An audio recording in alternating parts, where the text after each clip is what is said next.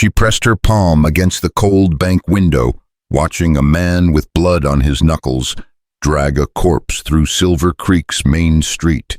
Her husband grabbed her wrist hard. "Look away, Evelyn."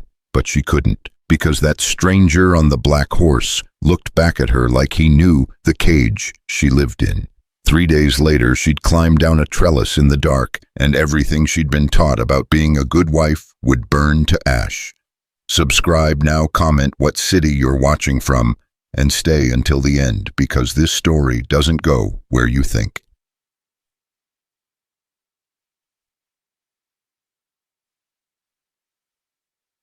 The banker's clock struck 6, and Evelyn Whitmore's eyes snapped open in the dark. Not from rest, from habit. The kind that forms when you learn that being late means hearing your husband's voice drop to that quiet, dangerous register that makes your spine go rigid.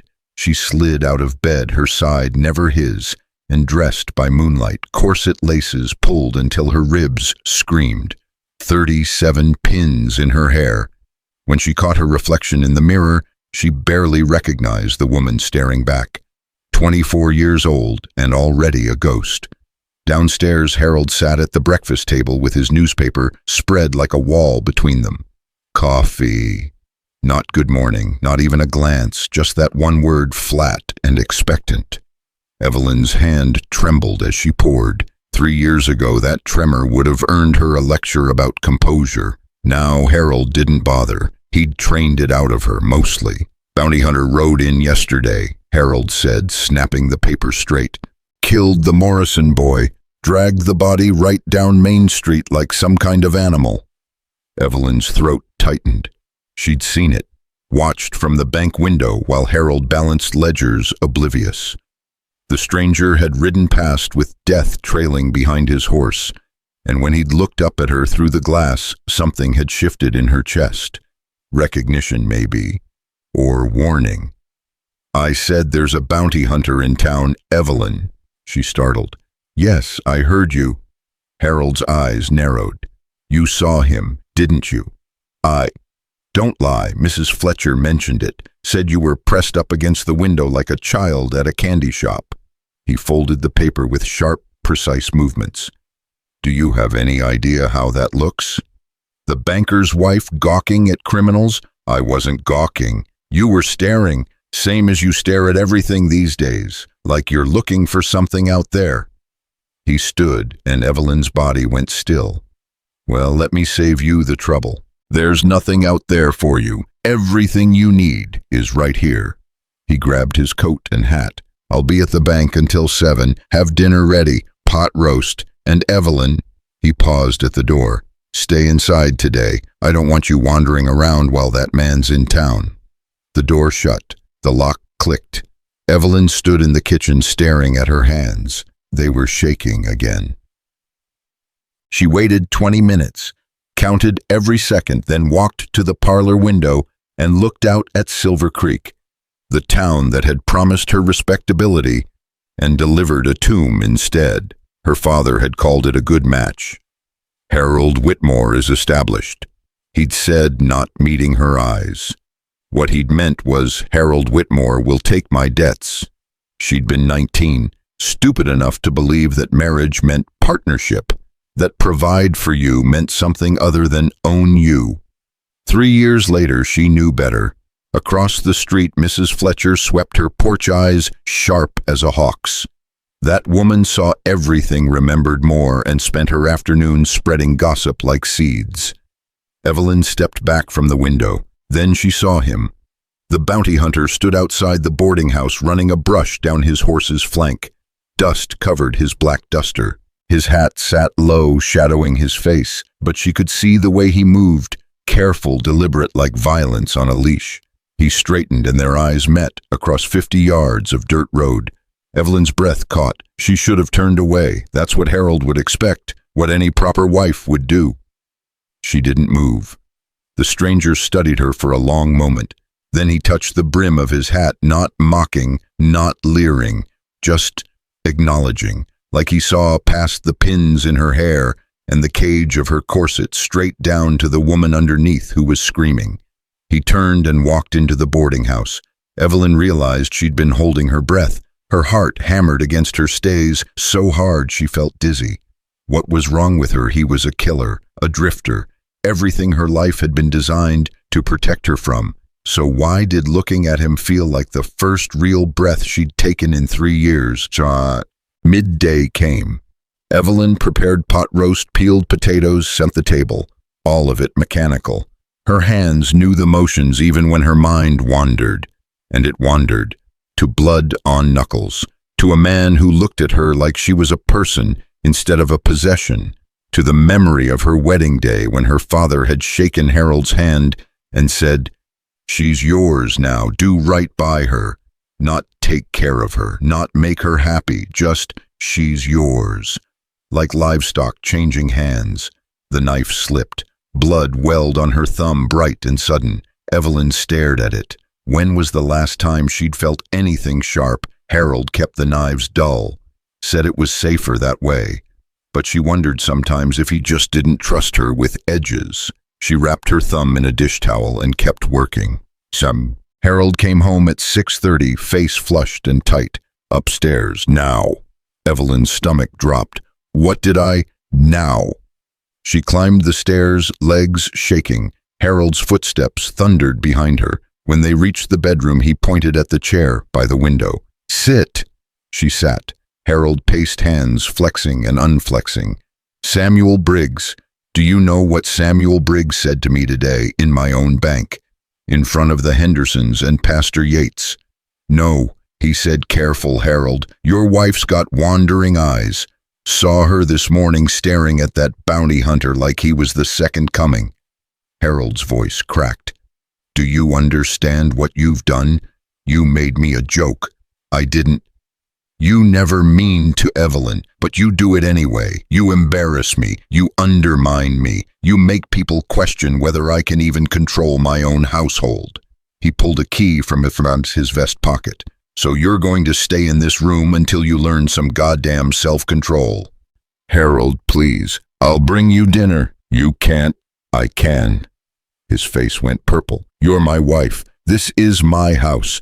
And you'll do what I say when I say it, or so help me God.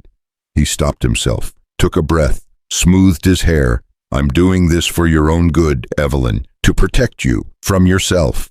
He walked out. The key turned in the lock. Evelyn sat frozen, staring at the door. Then she stood and walked to the window, gripped the sill until her knuckles went white. Outside, the world kept turning. Horses, wagons, people walking free.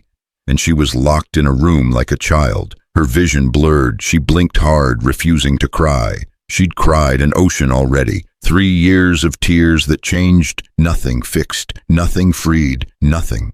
She pressed her forehead against the glass. It was cool, real, the only thing that felt real anymore. I can't do this, she whispered to her reflection. I can't do this anymore.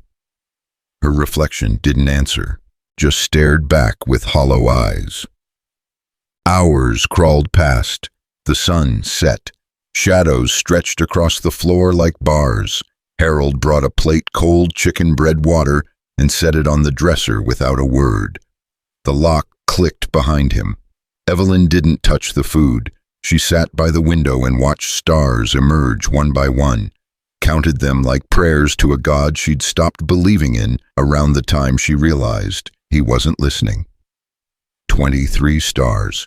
24, 25, then tink. A pebble hit the glass. Evelyn's heart stopped. She leaned forward, peering down into the garden. He was there. The bounty hunter stood beneath the trellis moonlight, catching the silver of his gun belt and the hard line of his jaw. He looked up at her, expression unreadable. Then he cupped his hands around his mouth. You locked in Mrs. Whitmore. His voice was low, rough, like gravel and smoke. Evelyn glanced toward the door, then back at him.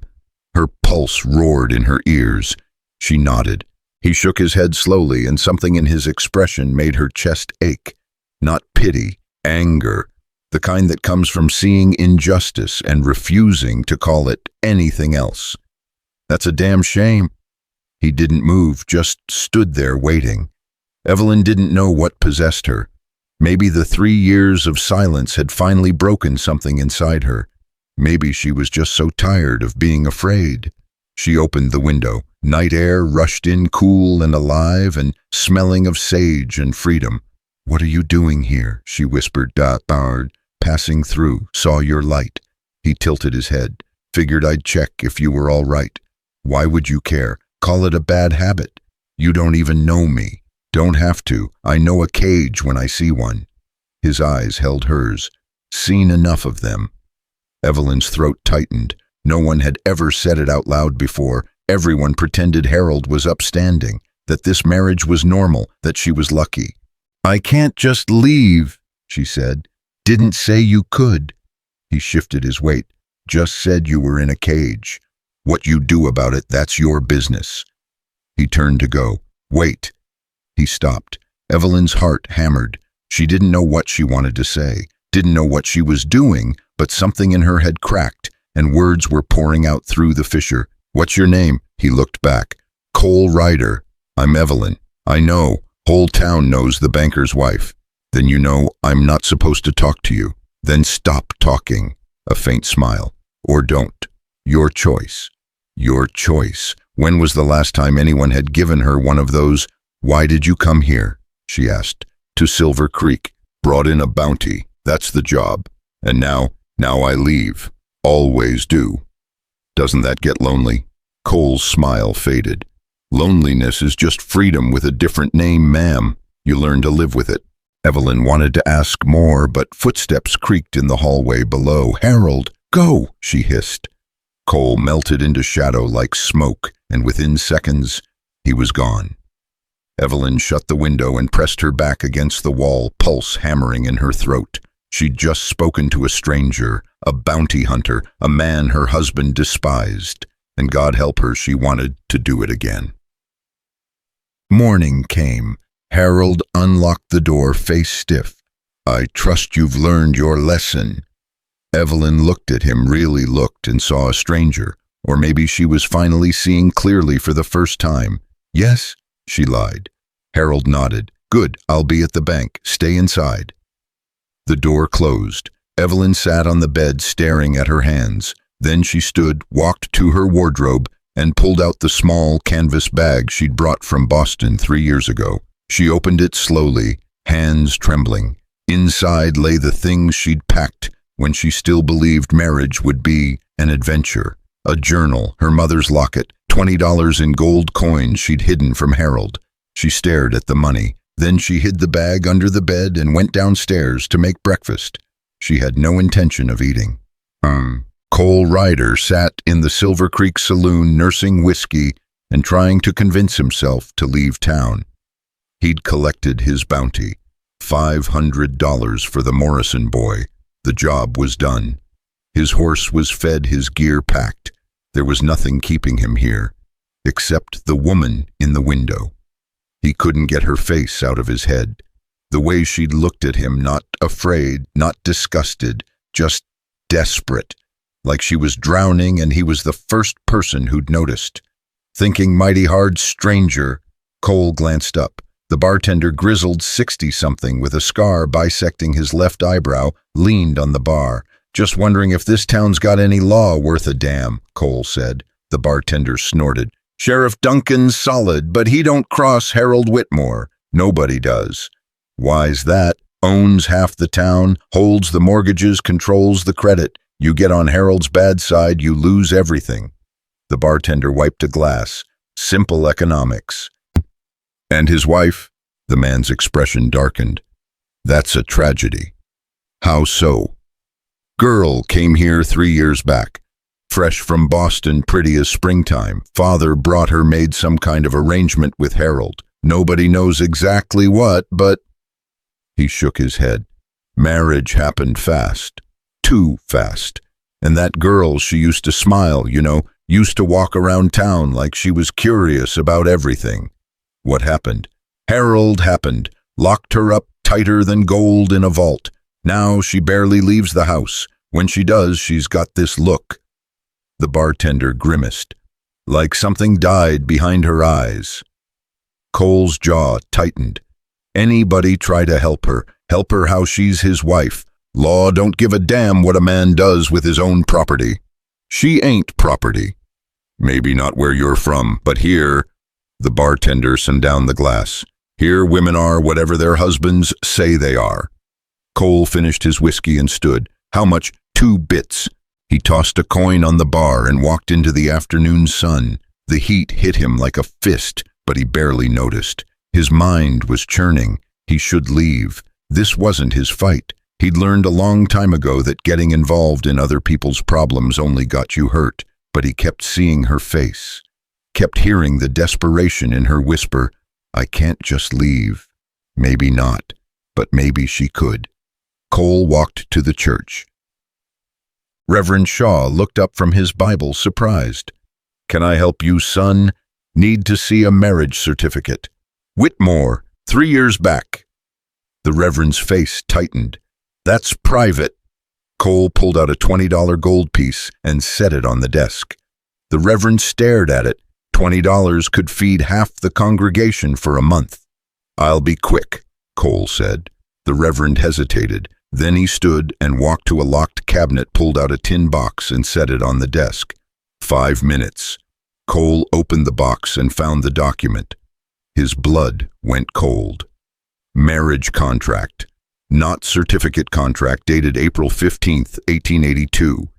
He scanned the terms. His hands shook with rage. In exchange for cancellation of all debts owed by Jonathan Prescott to Harold Whitmore totaling $15,000, the undersigned agrees to transfer guardianship and marital rights of Evelyn Prescott to Harold Whitmore. Said transfer includes all property, dowry, and personal effects. Marriage to be conducted within 30 days of signing. At the bottom, her father's signature, Harold's signature, no signature from Evelyn, because she hadn't known. Cole folded the document carefully and slipped it into his coat. You can't just take, the Reverend started. I just did. Cole's voice was flat. You want to stop me, Reverend? You're welcome to try. The Reverend looked at Cole's gun belt and sat back down. Cole walked out into the sun rage, burning in his chest like a brand.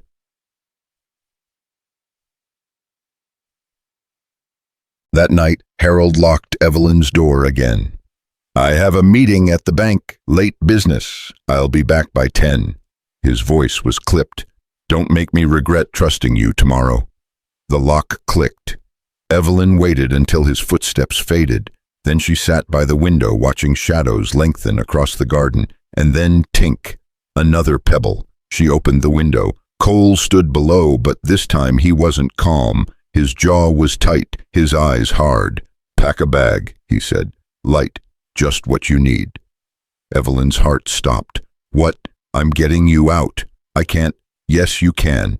He held up a folded paper. This marriage ain't legal. I got proof.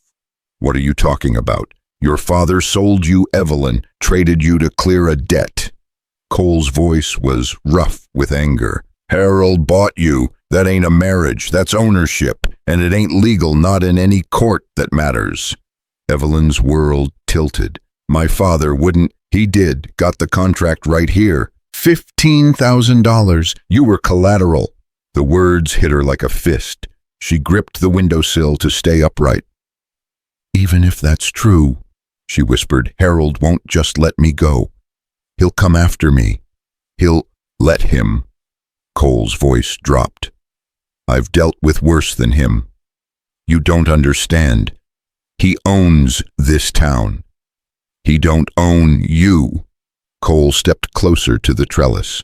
Listen to me, Evelyn. You got 2 choices. You can stay in that room and let him lock you up every night until you forget what sunlight feels like. Or you can climb down here and we end this, tonight, in front of everyone. How? With the truth. Evelyn stared at him. Her mind reeled. Her father had sold her. Harold had bought her. 3 years of her life had been a transaction. You're insane, she said. Probably. Cole extended a hand toward the trellis. But I'm also right, and you know it. Evelyn looked at the door, then at the window, then at the man standing in the garden, offering her something no one ever had before, a way out. Her hand shook as she grabbed the sill. "If I do this," she said, "there's no going back." "No, there ain't. I'll be ruined. You're already ruined. This way you'll be free." Evelyn took a breath, then another, then she swung her leg over the sill. The trellis groaned under her weight. Her bare feet searched for purchase on the thin wooden slats. Splinters bit into her soles. Halfway down, the wood cracked. Evelyn's foot slipped. She gasped, catching herself, but the trellis swayed dangerously. "Easy," Cole called up. "I got you. It's breaking." "I know, keep moving." She climbed down another foot. The trellis creaked again, louder this time. Then she heard it, the front door opening. Harold's voice, "Evelyn!" Her blood turned to ice. "Move," Cole hissed. She half climbed, half fell the rest of the way. Cole caught her, his hands strong and steady, and pulled her into the shadows just as Harold's silhouette appeared at the window above. "Evelyn!" Cole pressed a finger to his lips and led her through the garden, moving fast and silent. They reached the side street just as Harold's roar shook the night. "You get back here right now!" Evelyn's legs shook so badly she could barely walk. Cole gripped her elbow, keeping her upright. "Where are we going?" she whispered. "To wake up the town." "Cole, you trust me." She looked at him, at this stranger who'd seen her cage and decided to break it open, this man who had no reason to care and every reason to walk away. "Yes," she said. "Then hold on. This is about to get ugly." They reached the bank just as the church bell struck midnight. Cole picked up a rock and hurled it through the front window. The glass exploded like a gunshot. Within minutes, lights blazed all over Silver Creek. Doors flew open. People stumbled into the street in nightclothes, shouting confused. And Harold came running barefoot and wild-eyed, his shirt half-buttoned. "What the hell do you think you're doing?" Cole stepped forward, putting himself between Harold and Evelyn. "I think I'm calling you out, Whitmore. You broke my window. You're going to jail. You broke something worse." Cole pulled out the marriage contract and held it high. "Want to explain to these good people how you bought your sheep?" The crowd went silent. Harold's face drained of color. "That's private. That's none of their private." Cole's voice rang out. "You made a woman into property and call it private. She's not a horse, Whitmore. She's not a house. She's a goddamn human being. She's my wife. She's nobody's." Cole looked at the crowd. 50 faces, maybe more. "I got the contract right here. Her father owed him money. He traded his daughter to clear the debt.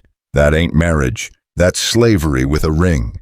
Murmurs rippled through the crowd. Sheriff Duncan pushed through his face, grim. "Let me see that." Cole handed it over. The sheriff read by lantern light. His expression grew darker with every line. Finally, he looked up at Harold. "Jesus Christ, Harold, what did you do? It's legal. It's a contract. It's exploitation." The sheriff looked at Evelyn. "Ma'am, did you know about this arrangement?" Evelyn's voice shook. "No. My father told me Harold was a good man, that he'd take care of me." "And did he?" the sheriff asked quietly. The crowd waited. Evelyn looked at Harold, at this man who'd spent 3 years crushing her spirit piece by piece. This man who'd locked her in rooms and killed her smile and made her forget what it felt like to want anything. "No," she said. Her voice grew stronger. "I was a prisoner." Harold lunged. Cole's fist caught him in the jaw with a crack that echoed down Main Street. Harold hit the ground hard. Blood poured from his split lip, black in the moonlight. The crowd gasped. Cole stood over him, his voice deadly calm. "You touch her again, and you won't get back up." Sheriff Duncan stepped between them. "That's enough." "Is it?" Cole gestured at Harold. "This man locked her in rooms, treated her like property, made her invisible, and every single one of you let it happen." The crowd shifted uncomfortably. "We didn't know," someone started. "You didn't want to know."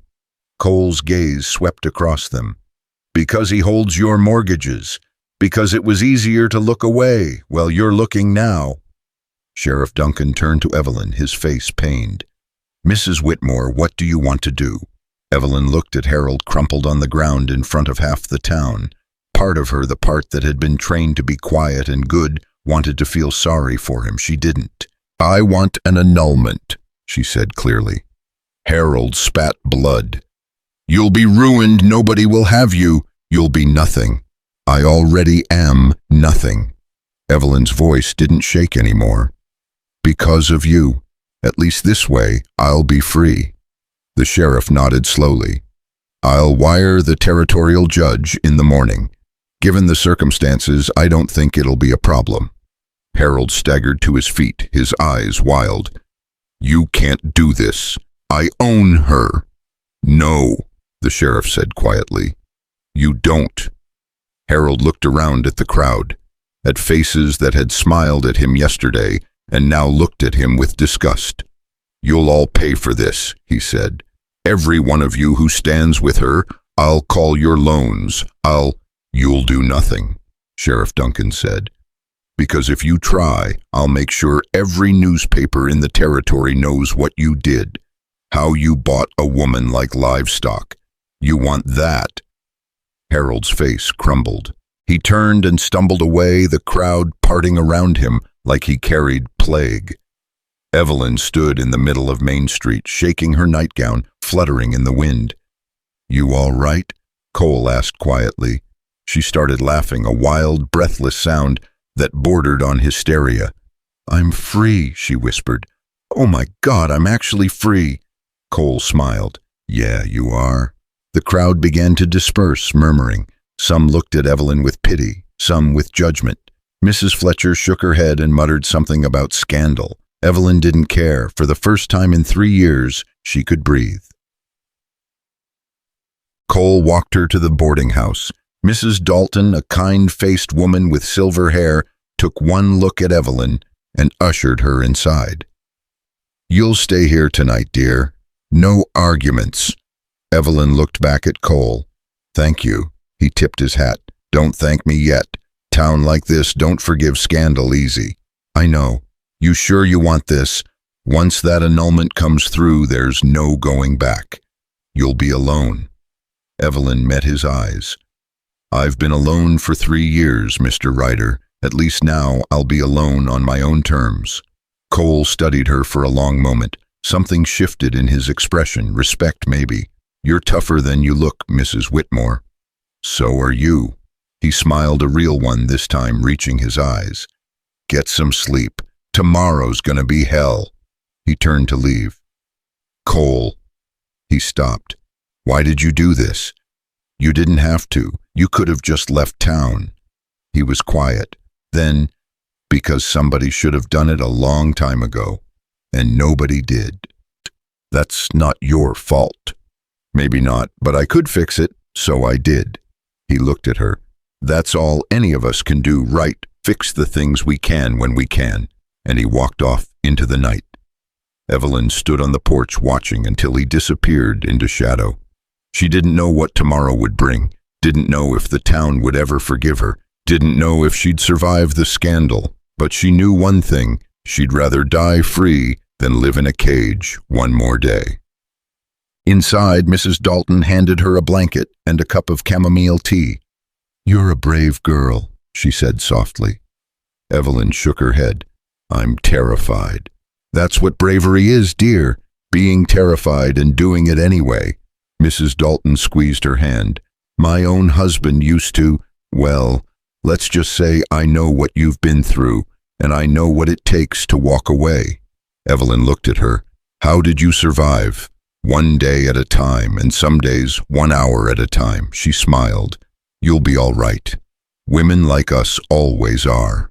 Evelyn sipped the tea. It was warm and soothing, real. Tomorrow the gossip would start. Harold would try to destroy her reputation. People would call her shameful, ruined, unfit. But tonight she was warm, she was safe. And for the first time in 3 years, she belonged to herself. She closed her eyes and let exhaustion take her, the taste of freedom still sweet on her tongue. Dawn broke over Silver Creek like a judgment. and Evelyn woke to the sound of voices outside the boarding house. She sat up disoriented. The blanket Mrs. Dalton had given her lay tangled at her feet. Her nightgown was wrinkled dusty from the trellis climb. For a moment she forgot where she was. Then it all came rushing back. The window, Cole, the broken glass, Harold's face when the contract was read aloud. She was free. The voices outside grew louder. Evelyn moved to the window and peered through the curtain. A crowd had gathered, 20 people, maybe more. Mrs. Fletcher stood at the front, arms crossed, face pinched with righteousness. "It's shameful," Mrs. Fletcher was saying, "running off with a stranger in the middle of the night. I don't care what that contract said. A wife doesn't embarrass her husband like that." "She wasn't a wife," Mrs. Dalton's voice cut through. "She was property. There's a difference. You would defend her, Margaret. Everyone knows about your situation." "My situation," Mrs. Dalton said coldly, "is that I survived, just like she will." Evelyn's throat tightened. She'd brought trouble to the one person who'd shown her kindness. She dressed quickly in the spare clothes Mrs. Dalton had left, a simple cotton dress, too big in the shoulders, too short at the ankles. When she came downstairs, Mrs. Dalton was at the stove making coffee. "Don't you worry about those hens," Mrs. Dalton said without turning around. "They cluck loud, but they don't bite." "I heard what Mrs. Fletcher said about your situation."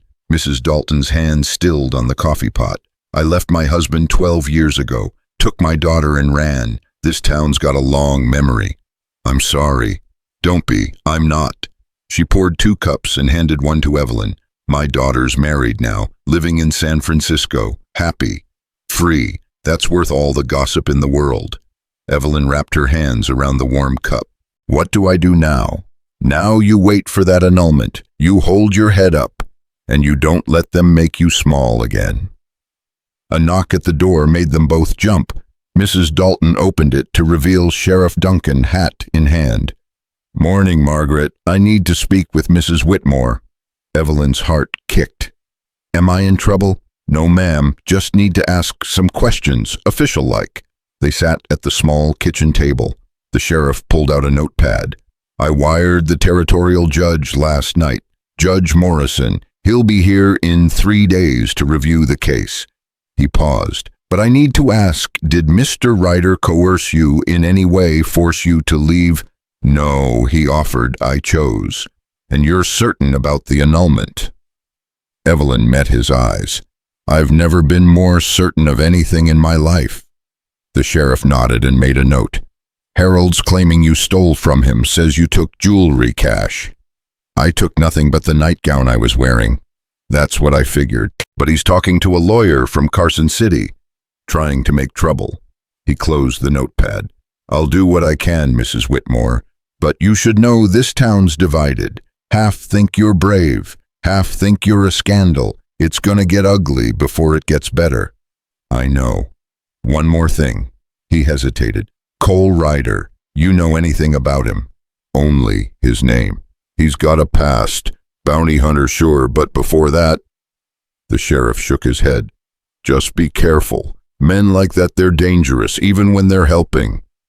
After he left, Evelyn sat staring at her coffee. Dangerous, yes, she'd seen that in Cole's eyes, in the way he moved, in the controlled violence of that punch. But he'd also been careful, gentle even, and he'd freed her. She stood and walked to the window. Across the street she could see the bank, Harold's kingdom, the place where she'd pressed her palm against glass and watched a stranger ride into town. 3 days ago she'd been a prisoner. Now she was something else entirely. She just didn't know what yet. The morning dragged. Mrs. Dalton wouldn't let Evelyn help with chores, so she sat in the small parlor reading a 2-year-old newspaper and trying not to think about the whispers floating through town. Around noon the door opened. Cole walked in, dust on his boots, saddlebag over his shoulder. "Mrs. Dalton," he said, tipping his hat. "Mrs. Whitmore." Evelyn stood. "I didn't think I'd see you again. Figured I'd check in, make sure you're all right." "I'm fine, I'm..." "Liar." He set his saddlebag down. "You look like you haven't slept." "I slept some." "Not enough." He glanced at Mrs. Dalton. "Mind if I borrow her for a walk?" Mrs. Dalton looked between them. "Long as you're back before supper and you keep to the main streets." They walked through Silver Creek in silence. Evelyn felt eyes on them from every window, felt the weight of judgment pressing down like a physical thing. "They're staring," she said quietly. "Let them. They've been staring at you for 3 years. Difference is, now you're staring back." They reached the edge of town where the buildings gave way to scrubland. Cole stopped and looked out at the horizon. "I'm leaving tomorrow," he said. Something cold settled in Evelyn's chest. "Oh. Job came through, Briggs gang. They're holed up near the California border, $5,000 bounty. That's a lot of money. It's a lot of danger." He looked at her, "which is why I'm asking, what are you going to do after the annulment?" Evelyn hadn't let herself think that far. "I don't know, stay here, I suppose, find work." "Doing what this town's going to make your life hell, Evelyn. You know that. Where else would I go?" Cole was quiet for a moment. Then, "Come with me." Evelyn's breath caught. "What? Come with me? West, California maybe. Someplace where nobody knows your name or your story." "I can't just—" "Why not? You got nothing keeping you here. I don't know how to survive out there. I'd slow you down. I'd teach you." His voice was steady. "How to ride, how to shoot, how to make a fire and find water and read the land. Everything you need." Evelyn stared at him. "Why would you do that?" "Because you deserve a chance. Real freedom, not just legal freedom." He turned to face her fully. "You climbed down that trellis last night. You stood in front of the whole town and chose yourself. That takes guts. And I figure someone with that much guts deserves to see what's on the other side of these mountains. People will talk. They already are. It'll ruin me. You're already ruined, remember? Harold made sure of that. So what have you got to lose?" Evelyn's mind spun. Leave Silver Creek, leave everything she knew, ride into the wilderness with a man she'd known for 3 days. It was insane. It was also the first thing that had felt right since she'd said, "I do," to a man who'd bought her like livestock. "I'll think about it," she said. Cole nodded. "That's all I'm asking." They walked back in silence, but something had shifted. A door had opened. Evelyn could feel it, the pull of something bigger than this town, bigger than her fear. That night, lying in the narrow bed at Mrs. Dalton's, she stared at the ceiling and thought about freedom, real freedom, the kind that smelled like sage and sounded like hoofbeats, the kind that terrified her and called to her in equal measure. Morning came. Evelyn found Mrs. Dalton in the kitchen kneading bread.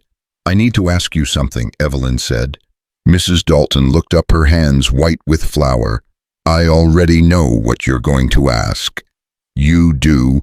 You want to know if you should go with him." Evelyn sat down heavily. "Is it that obvious? Only to someone who's been there."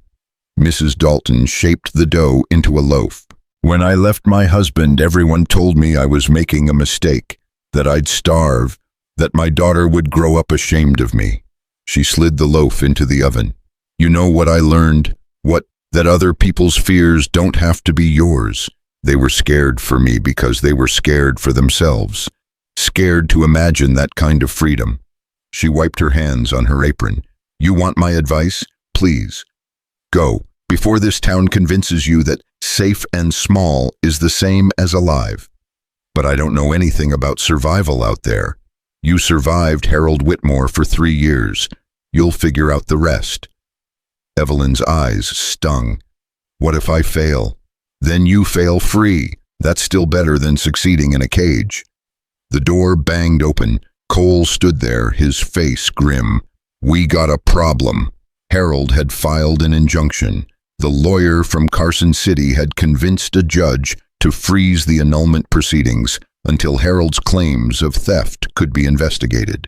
Sheriff Duncan stood on the boarding house porch, looking miserable. "I'm sorry, Mrs. Whitmore. My hands are tied. Until this gets sorted out, you're legally still married." "How long?" Evelyn asked. "Could be weeks, could be months." "I don't have months," her voice rose. "He'll use that time to destroy me, to make sure I have nothing left." I know, but the law, Cole interrupted, didn't seem to matter when she was being locked in rooms and treated like property. That's different. How? The sheriff had no answer. Cole turned to Evelyn. Get your things. What? We're leaving. Now. But the injunction only matters if you're here to enforce it. He looked at the sheriff. You planning on stopping us? Sheriff Duncan's jaw worked. Then he sighed and looked away. I didn't see anything. Good man. Cole grabbed Evelyn's hand. Move. They were on horseback within the hour. Cole had bought her a mare, nothing fancy but steady, and showed her how to mount. Evelyn had ridden exactly twice in her life, both times side saddle at carefully supervised picnics. This was different. Cole swung her up astride her borrowed skirt, hitching up to show her calves. Scandalous. She didn't care. Hold the reins like this, he said, positioning her hands. She'll follow my horse. Just stay balanced. They rode out of Silver Creek at a trot. Evelyn looked back once and saw Mrs. Dalton standing on the porch, waving. Then the town disappeared behind a ridge, and Evelyn was alone with the sky and the man who'd shattered her cage. For the first hour, she focused on not falling off. Her thighs screamed. Her back ached. The sun beat down mercilessly. Cole said nothing, just kept riding, checking over his shoulder occasionally to make sure she was still upright. Around midday, he stopped near a creek. Water the horses, drink. We've got another 4 hours before we make camp. Evelyn slid off the mare and nearly collapsed. Her legs had turned to rubber. Cole caught her elbow. You all right? I've never ridden this long. It gets easier. When? Couple days. He smiled slightly. Maybe a week. Evelyn wanted to cry. Instead, she laughed a slightly hysterical sound. I just ran away from my husband with a bounty hunter. I'm riding through the wilderness in a borrowed dress, and my legs feel like they're about to fall off. She looked at him. What am I doing, Cole? Living, he said simply. For the first time. She drank from the creek, the water so cold it made her teeth ache. When she looked up, Cole was watching the horizon, his hand resting on his gun. Are we being followed? She asked. Not yet, but we will be. Harold, maybe, or someone he hired. He looked at her. You need to learn to shoot. Now, no time like the present. He pulled a revolver from his saddlebag, smaller than his, the grip worn smooth. This was my sister's, he said. She's been dead 10 years, but I kept it. Figured it might be useful someday. You had a sister. Had. Past tense. His face closed off. You want to learn or not? She took the gun. It was heavier than she expected. Cole positioned her feet apart, arms extended, shoulders square. See that rock? He pointed to a stone the size of a fist about 20 yards away. Aim for that. Evelyn squinted down the barrel. The rock blurred. Breathe, Cole said. When you're ready, squeeze the trigger. Don't pull. Squeeze. She squeezed. The gun kicked. The shot went wide by 6 feet.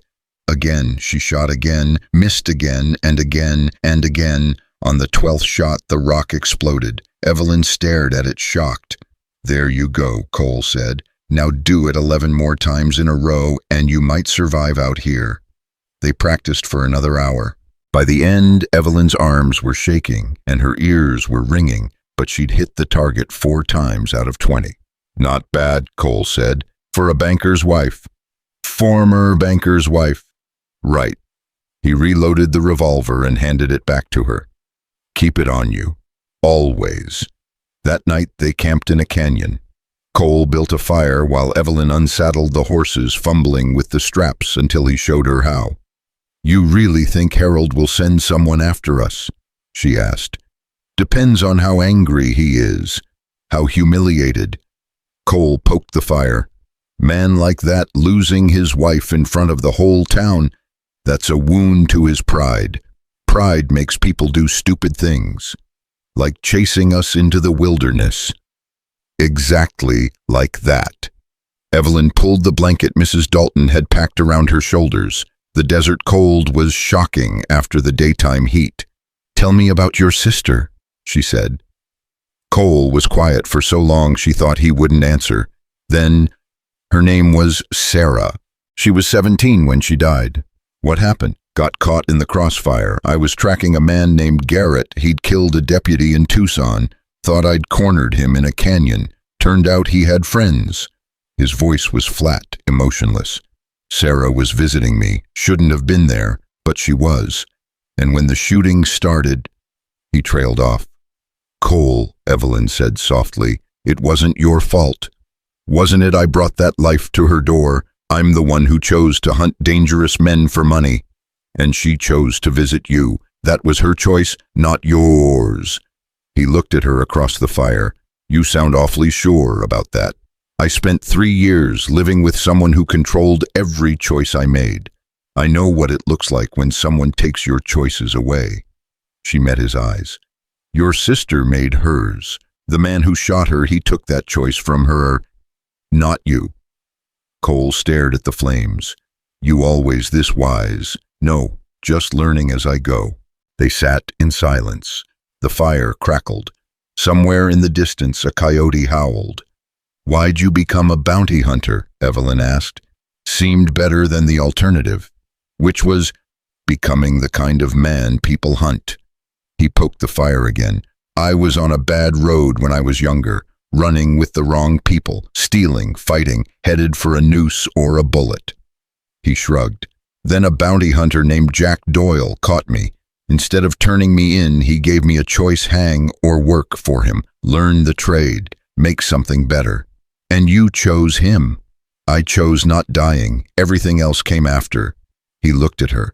"That's what I'm offering you. Not a rescue, not a romance, just a choice. Make something better." Evelyn's throat tightened. "I don't know how." "Neither did I, but you figure it out, one day at a time." She lay down on the hard ground, using her saddle as a pillow. Above her, stars filled the sky, more stars than she'd ever seen in her life, crowding the darkness like diamonds scattered across black silk. In Silver Creek, Harold would be pacing his empty house, rage eating him alive. Here she was, cold and uncomfortable and terrified, but she was here, on her own terms, and that made all the difference.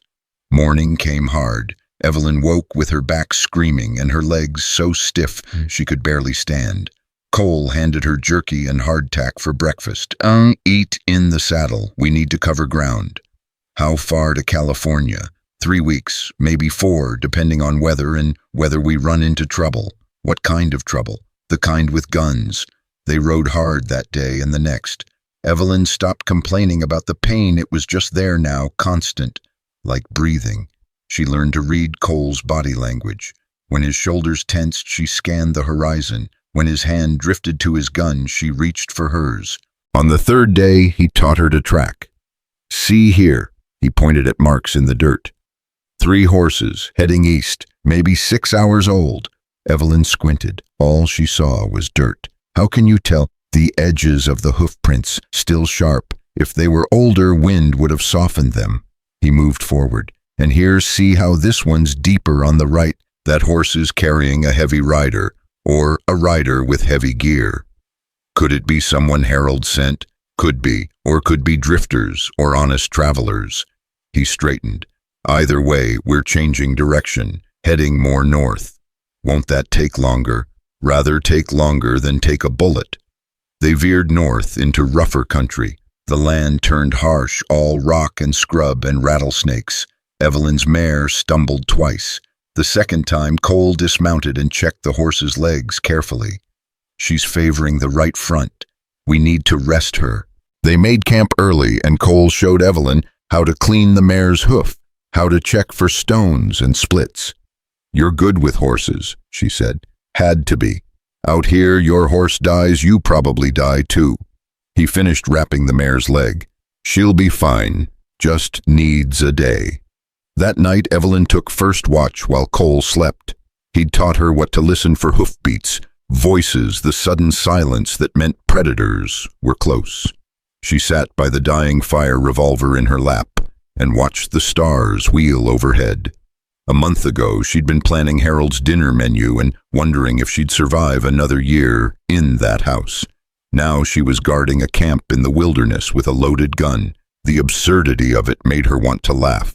Movement caught her eye. She tensed, hand tightening on the revolver. A coyote emerged from the shadows, lean and cautious. It stared at her across the firelight. Evelyn stared back. The coyote sniffed the air, decided she wasn't worth the trouble, and melted back into the darkness. She exhaled slowly. "Good instinct," Cole's voice said from behind her. "You didn't shoot." "Should I have?" "No, gunshots carry. You shoot at everything that moves, you might as well send up a signal flare." He sat beside her. "But you were ready. That's what matters." "I thought you were asleep." "I was, then I wasn't." He looked at her. "You did good tonight." "I didn't do anything."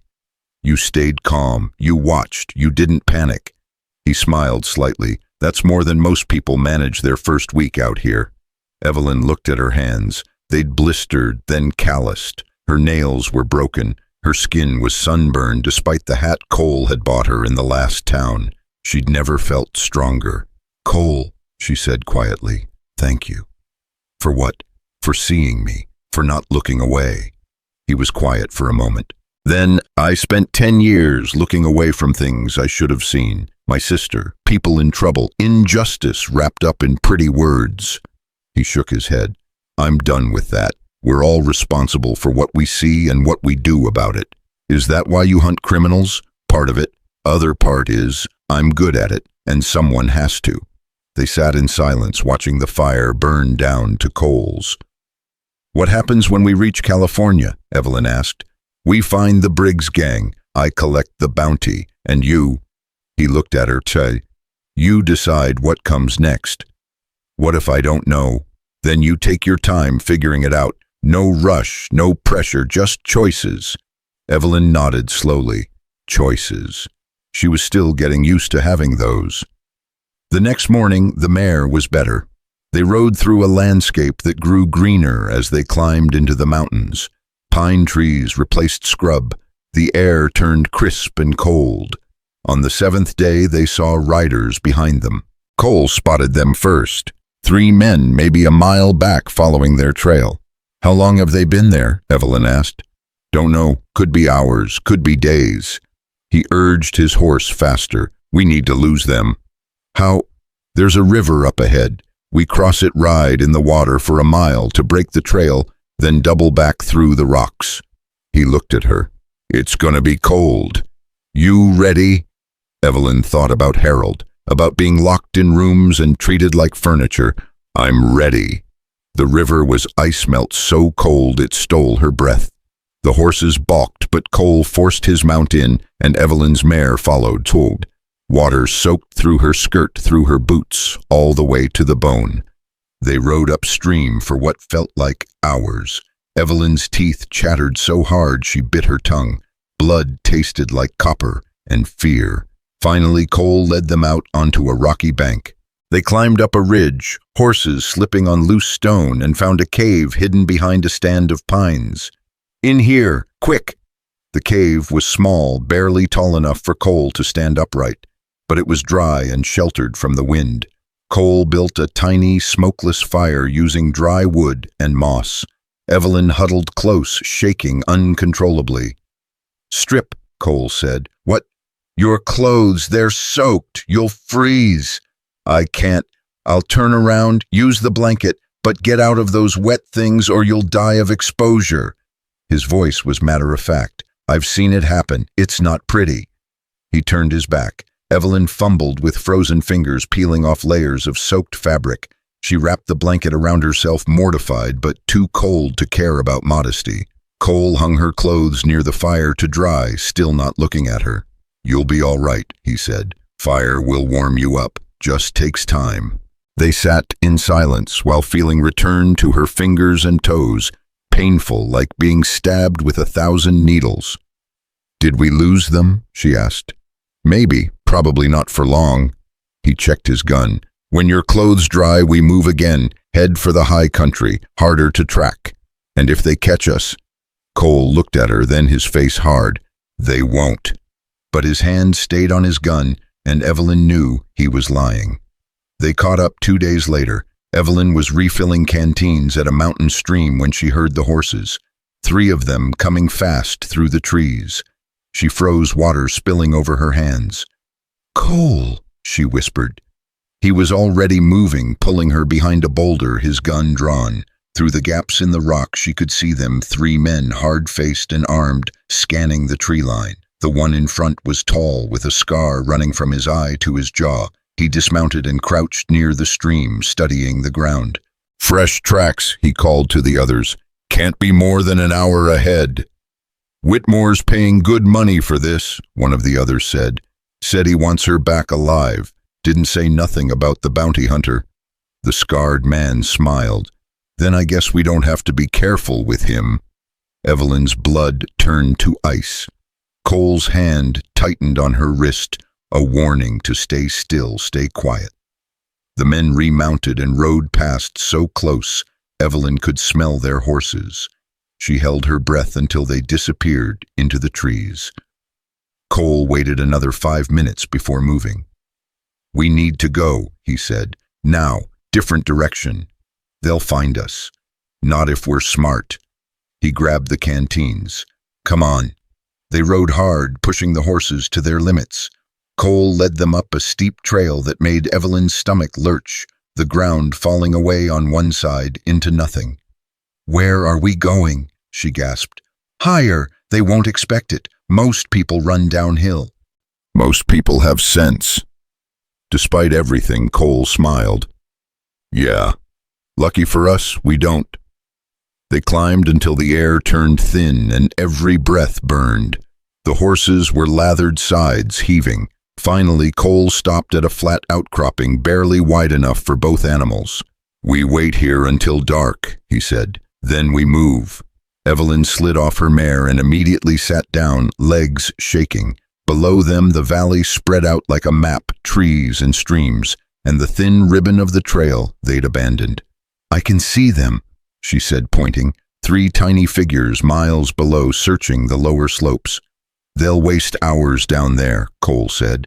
"By the time they figure out we went up, we'll be long gone." "And if they don't waste time, if they figure it out?" Cole checked his gun. "Then we fight." The word hung in the air between them. "I've never shot at a person," Evelyn said quietly. "I know. I don't know if I can." Cole looked at her, his face serious. "You can. When the time comes, you'll find out you can do a lot of things you didn't think possible." He paused. "But I'm hoping it doesn't come to that." They waited as the sun crawled across the sky. Evelyn dozed fitfully, jerking awake every time a rock shifted or the wind picked up. Cole kept watch still as stone, his eyes never leaving the valley below. When darkness finally came, they moved. The trail was treacherous in the dark. Twice Evelyn's mare stumbled. The second time loose rocks skittered over the edge, and they both froze, listening for sounds of pursuit. Nothing. They kept moving.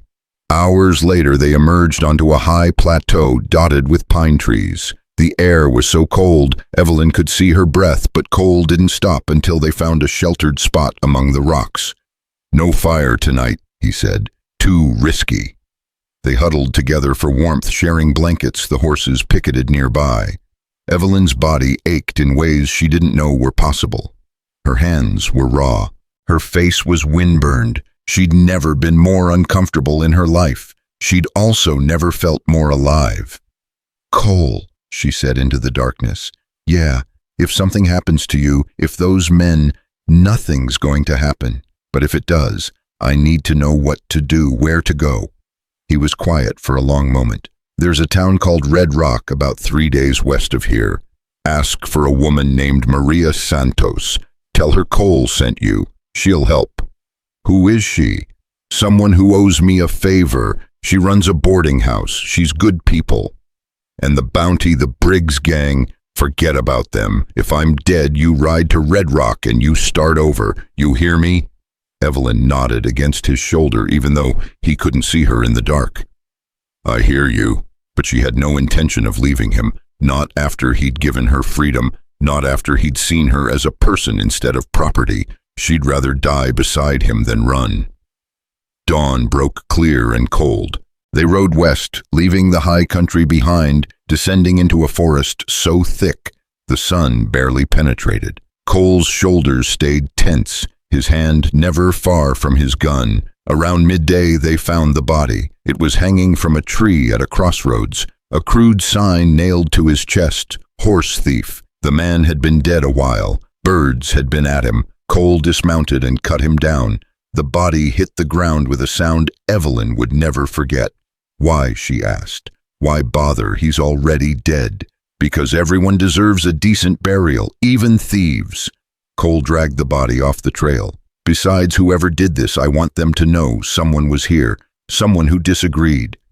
They buried him shallow, Cole working fast with a small shovel from his pack. When he was done, he stood over the grave for a moment, hat in hand. "I don't know your name," he said to the dirt, "but I hope wherever you are now is better than where you were." Evelyn swallowed hard. "You do this often, bury strangers." "Often enough." He mounted his horse. "Come on, this country's getting meaner." They rode through the afternoon in silence, both lost in their own thoughts. The forest thinned, giving way to rocky scrubland, dotted with Joshua trees and cactus, and then they saw the smoke. A town maybe 2 miles ahead, black smoke rising in thick columns. "That's not cook fires," Cole said. They approached cautiously. As they got closer, the smell hit them. Burning wood, burning fabric, and underneath it all, something worse. The town was called Redemption, according to the sign lying in the dirt. Or it had been. Now it was mostly ash. Buildings still smoldered. Bodies lay in the street. "Jesus," Evelyn whispered. Cole dismounted, gun drawn. "Stay on your horse, eyes open." But Evelyn couldn't just sit there. She slid down and followed him, her hand on her own revolver. The destruction was total. The general store was gutted. The saloon was a skeleton of charred beams. The church. Evelyn stopped. A woman sat on the church steps, rocking back and forth, her dress covered in soot and blood.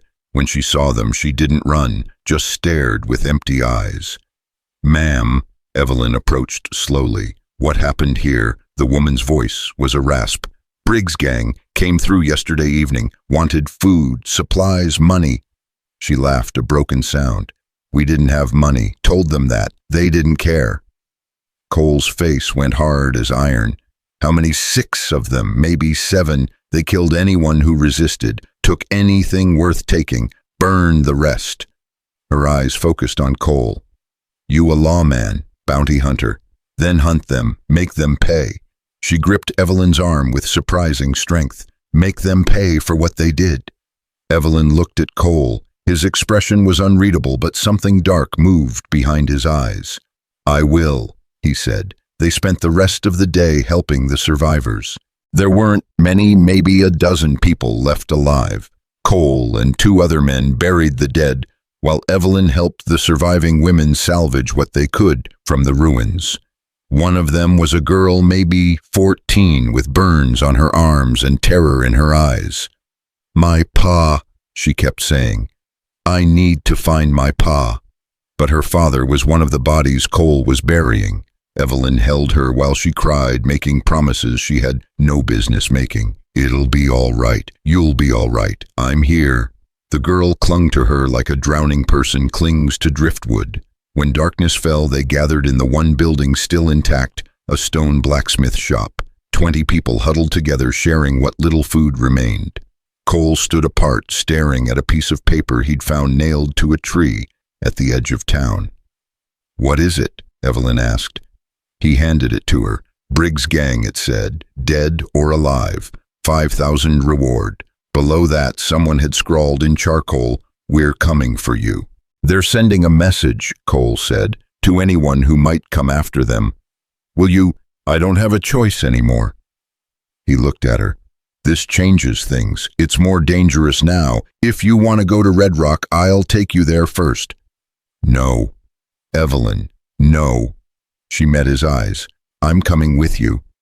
This isn't like running from Harold. These men are killers, actual killers, not just bullies with power. They'll shoot you without thinking twice. Then teach me to shoot them first. Cole stared at her, then slowly he smiled. You're serious. Completely. You know you're insane, right? I learned from the best. He laughed, a short, surprised bark. All right, but when bullets start flying, you do exactly what I say. No hesitation, no debate. You understand? I understand. They left Redemption at dawn. The survivors watched them go with hollow eyes, and Evelyn knew they thought she and Cole were riding to their deaths. Maybe they were, but at least it would be a death she chose. They tracked the Briggs gang west, following a trail of destruction. A burned ranch, a murdered peddler, a stagecoach robbed and abandoned, the passengers stripped of everything valuable. Cole taught her as they rode how to spot an ambush, how to move quietly through brush, how to tell if water was safe to drink, how to read the sky for weather, how to survive on almost nothing, and he taught her to shoot. Every evening, while there was still light, he set up targets and made her practice. Cans, branches, rocks. She got better. Not good, but better. Aim for the center mass, he told her. Don't try for a headshot. You want the biggest target you can hit. What if I miss? You won't. How do you know? Because you didn't climb down that trellis to die in the dirt. You did it to live. And people who want to live don't miss when it matters. On the 8th day, they found the camp. It was in a canyon, well-hidden smoke, carefully controlled to minimize visibility. 6 men sat around a fire, laughing, passing a bottle. Their horses were picketed nearby, saddlebags bulging with stolen goods. Cole and Evelyn watched from the ridge above, bellies pressed to the cold stone. 6, Cole murmured. Could be worse.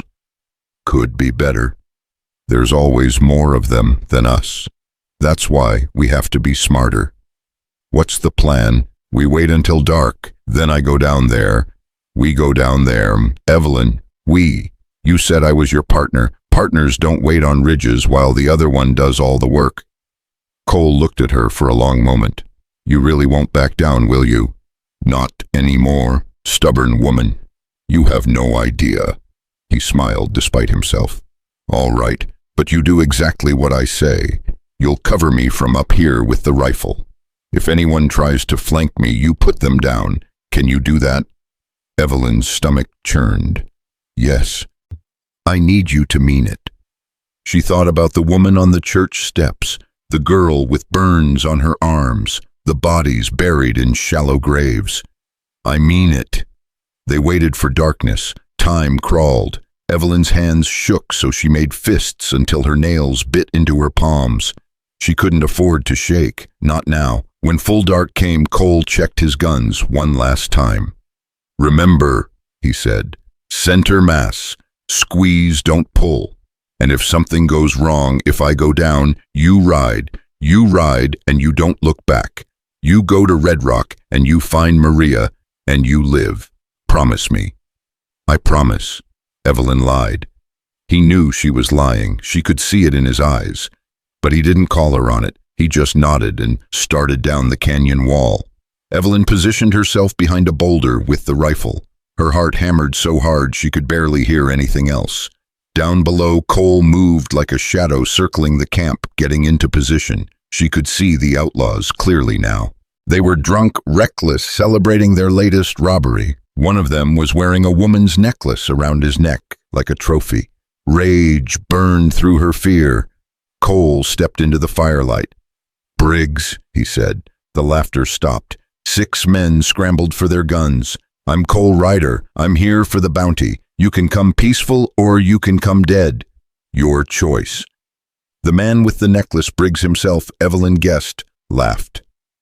One man, you're either brave or stupid. Little of both. There's 6 of us. I can count. Briggs nodded to his men. They spread out, forming a semicircle around Cole. Last chance, Cole said. Drop your guns. Briggs smiled. No. Everything happened at once. Briggs drew. Cole was faster. The first shot took Briggs in the chest, dropping him. The other 5 scattered firing. Cole dove behind a wagon, bullets kicking up dirt around him. Two of them rushed his position. Cole shot one, the other kept coming, and then Evelyn fired. The rifle kicked hard against her shoulder. The running man stumbled, clutched his leg, went down, screaming. The three remaining outlaws turned, trying to locate the shooter. Cole used the distraction, dropping another one. Two left. They ran for their horses. Cole stepped out of cover and fired twice. Both men fell. Silence. Evelyn's ears rang. Smoke drifted through the canyon. Her hands were shaking so badly she nearly dropped the rifle. "Evelyn," Cole's voice. "You all right?" "I shot someone," she said. Her voice sounded strange, distant. "I actually shot someone. You saved my life." He was climbing up to her now. When he reached her, he took the rifle gently from her hands. "You did good." "I don't feel good. I feel like I'm going to be sick." "That's normal. First time's always hard." He touched her shoulder. "But you did what you had to do. That's what matters." Evelyn looked down at the camp, at the bodies, at the man she'd shot, still moaning, clutching his leg. "Is he dead?" "No, you hit his leg. He'll live long enough to hang." "Good." The word surprised her, but she meant it.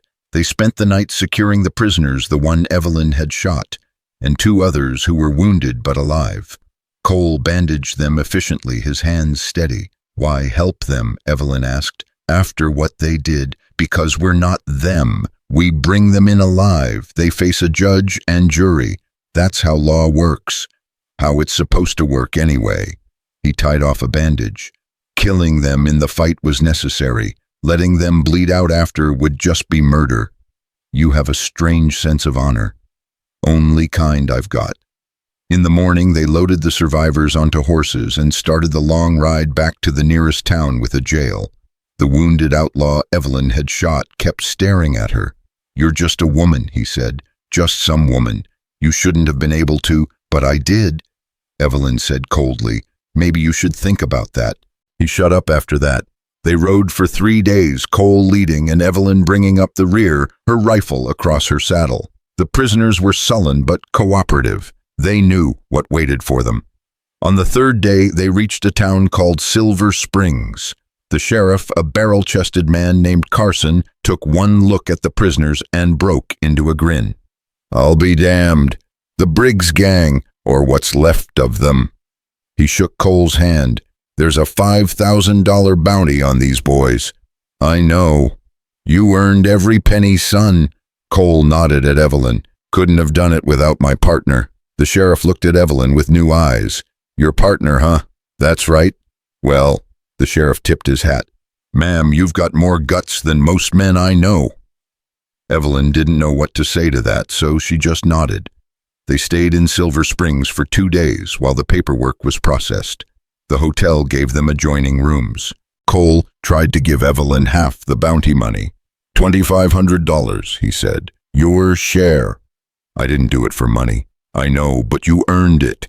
You shot true when it mattered. You kept your head. You didn't run." He pressed the bills into her hand. "Take it. Start fresh somewhere. Buy land. Open a shop. Whatever you want." Evelyn stared at the money, more than she'd ever seen in her life, enough to be truly independent. "What will you do?" she asked. "What I always do. Find another bounty. Keep moving." "Alone." Cole looked at her. "That was the plan." Yeah. He smiled slightly. "You've complicated things, Mrs. Whitmore." "Former Mrs. Whitmore.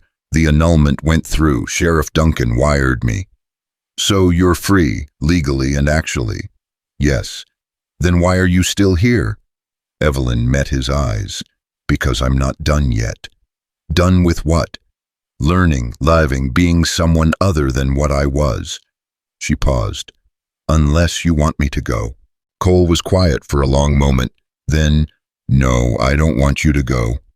"Then I'm staying." "It's a hard life, Evelyn. Dangerous. You've seen that." "I've lived a hard life already. At least this one's honest." He laughed at that, a real laugh, warm and surprised. "You're something else, you know that." "So are you." They left Silver Springs at dawn, riding west toward California. The money was secure in their saddlebags, and for the first time in months, neither of them was running from anything. They were just moving forward, toward what Evelyn didn't know. But for the first time in her life, she was okay with not knowing, because she was free. And freedom, she'd learned, wasn't about having all the answers. It was about having the courage to keep asking questions. The bullet caught Cole 3 days outside of Sacramento. They'd been tracking a horse thief named Danny Wright, small bounty only $200, but Cole said it was about principle. Wright had stolen from a widow, and that didn't sit right.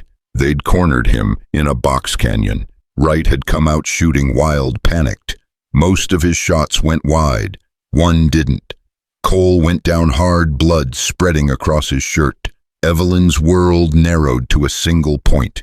She fired twice, once to disarm Wright, once to drop him. Then she was running, sliding to her knees beside Cole. "How bad?"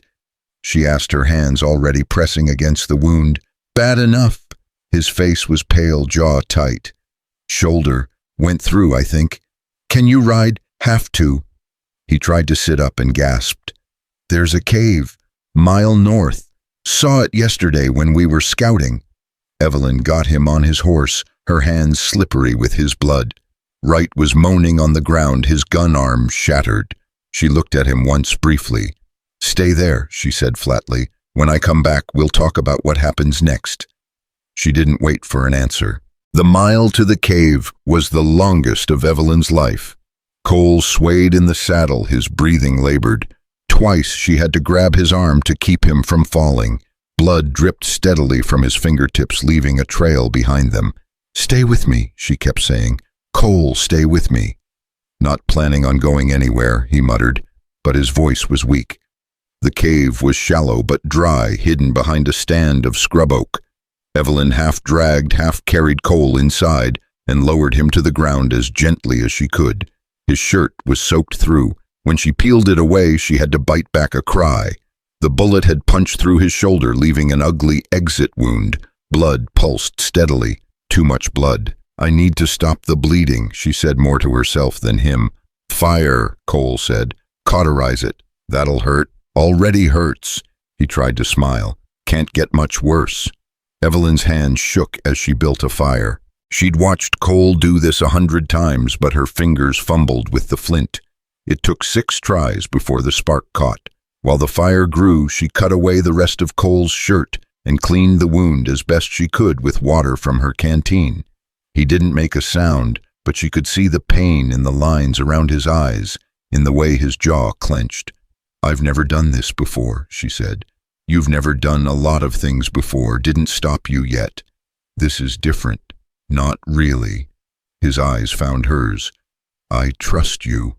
Those 3 words steadied her more than anything else could have. She heated her knife in the fire until the blade glowed red. The smell of hot metal filled the cave. "This is going to hurt," she said. "I know. I'm sorry." "Don't be. Just do it quick." Evelyn pressed the flat of the blade against the wound. Cole's scream echoed off the cave walls. His body went rigid, every muscle locked. Then he slumped unconscious. Evelyn's hand shook so badly she nearly dropped the knife. The smell of burned flesh made her stomach heave, but she forced herself to finish cauterizing both the entry and exit wounds. When it was done, she bandaged him with strips torn from her spare shirt and covered him with both their blankets.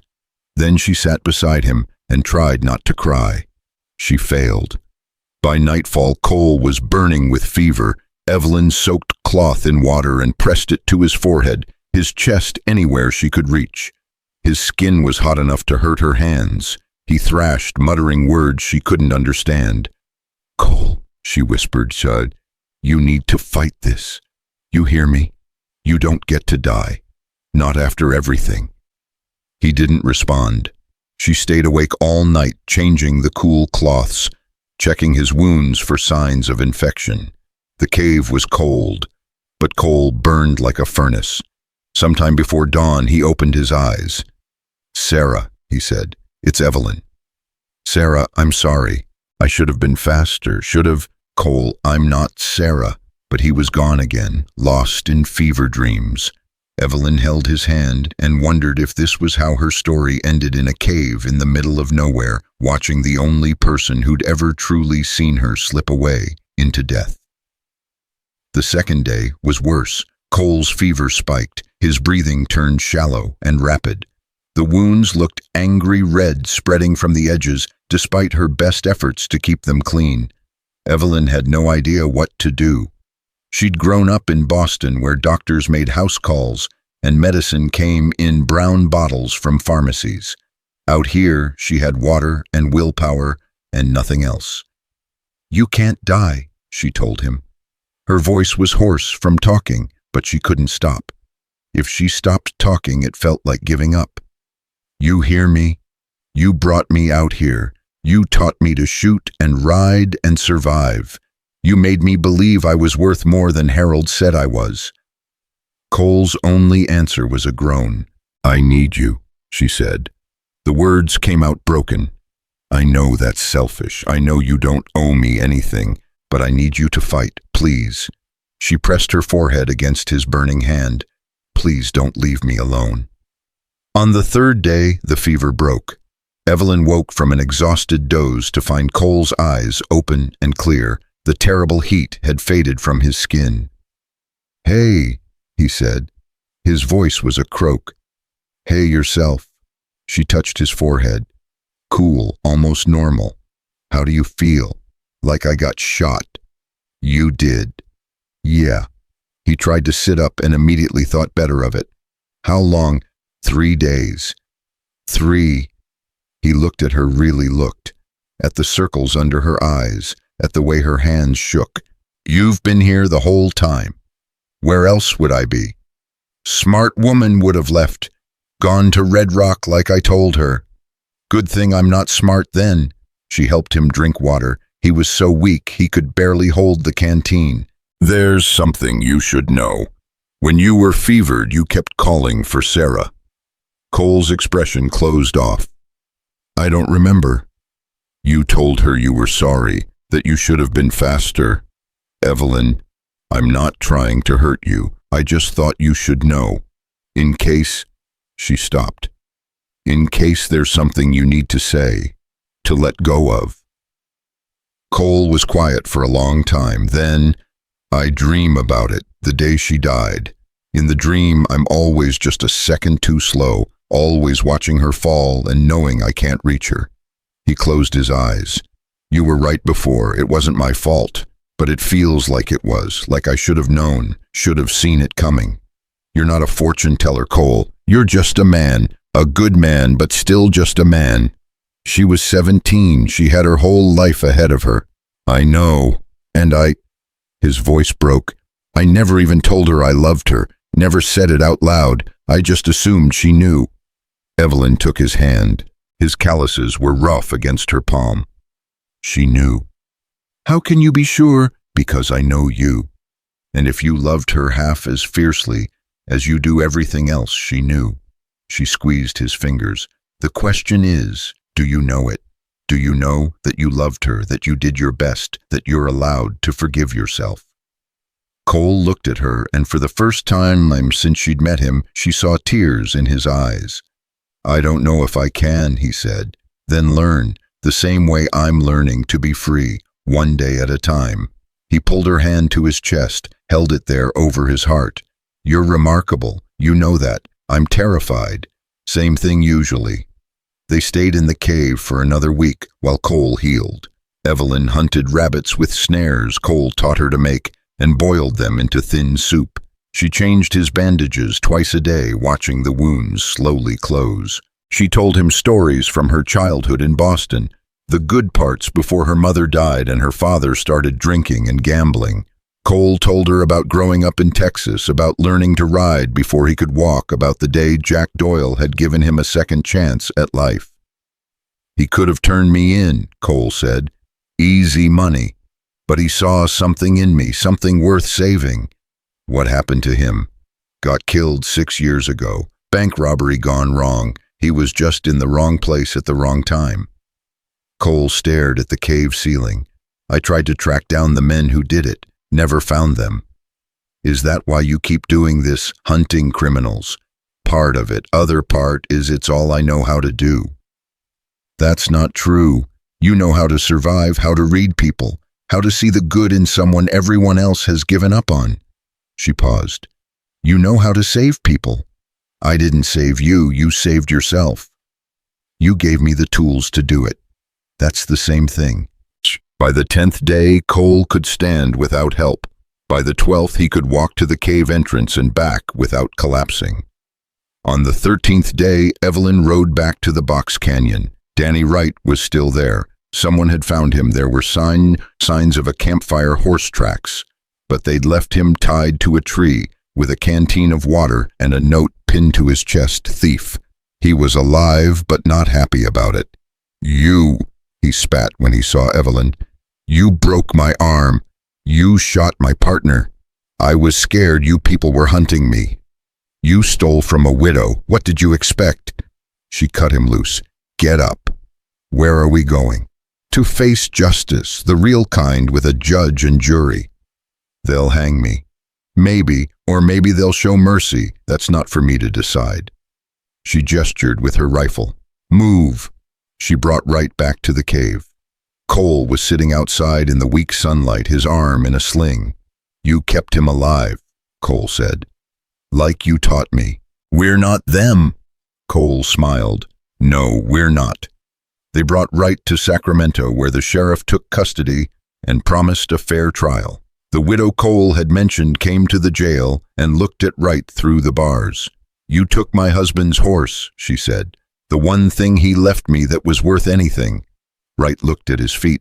I'm sorry. Sorry doesn't feed my children. But her voice softened slightly. I hope you learn something from this. Outside, Cole gave the $200 bounty to the widow. What are you doing? Evelyn asked. She needs it more than we do. Cole, you nearly died for that money. Money's just money. It comes and goes. He looked at her. But doing the right thing that stays with you. The widow cried when he handed her the bills. She kissed his cheek and hurried away before he could change his mind. Evelyn watched her go. You're a good man, Cole Ryder. I'm a work in progress. He touched his wounded shoulder gingerly. Speaking of which, I think I need to find a new line of work. This bounty hunting thing is getting dangerous. You think, maybe I'll buy a ranch, raise horses. You'd be terrible at that. Why? Because you'd give away all the horses to people who needed them and starve within a year. Cole laughed, then winced. Still hurts to laugh. Good. Maybe you'll learn to be more careful. They checked into a hotel's separate rooms, this time at Evelyn's insistence. She needed space to think, space to figure out what came next. Because something had shifted between them in that cave. When she'd pressed cool cloths to his burning skin and begged him not to die. When he'd held her hand and told her about Sarah. When they'd both acknowledged the truth neither of them had been willing to say out loud. This wasn't just partnership anymore. It was something deeper, something that scared her more than bullets or bandits or Harold Whitmore ever had. That night she lay in bed staring at the ceiling and thinking about the woman she'd been 4 months ago. The one who'd pressed her palm against cold glass and watched freedom ride by on a black horse. That woman wouldn't have survived what Evelyn had just lived through. That woman would have crumbled at the first hardship. But Evelyn had learned, had grown, had become someone who could shoot straight and think fast and nurse a dying man back to health through sheer stubborn refusal to let him go. She liked who she was becoming. She just didn't know what to do about the man who'd helped her become it. The next morning, Cole knocked on her door. We need to talk, he said. Her heart kicked. About what? About what happens next. He looked serious. My shoulder's healing. Another few weeks I'll be back to full strength. The question is, what do you want to do? I don't understand. You've got money now, $2,500. You could buy a business. Settle somewhere. Build a real life. Stop running. Is that what you think I want? I don't know what you want. That's why I'm asking. Evelyn sat on the edge of the bed. What do you want? Me, I want. He stopped. Start it again. I want you to be happy, whatever that looks like. That's not an answer. It's the only one I've got. She stood and walked to him, close enough to see the scar on his jaw, the gray starting at his temples, the weight of everything he carried. I'm not running, Cole. I'm moving forward. There's a difference. Is there? Yes. Running is when you're afraid of what's behind you. Moving forward is when you're excited about what's ahead. She took a breath. And I want to keep moving forward with you.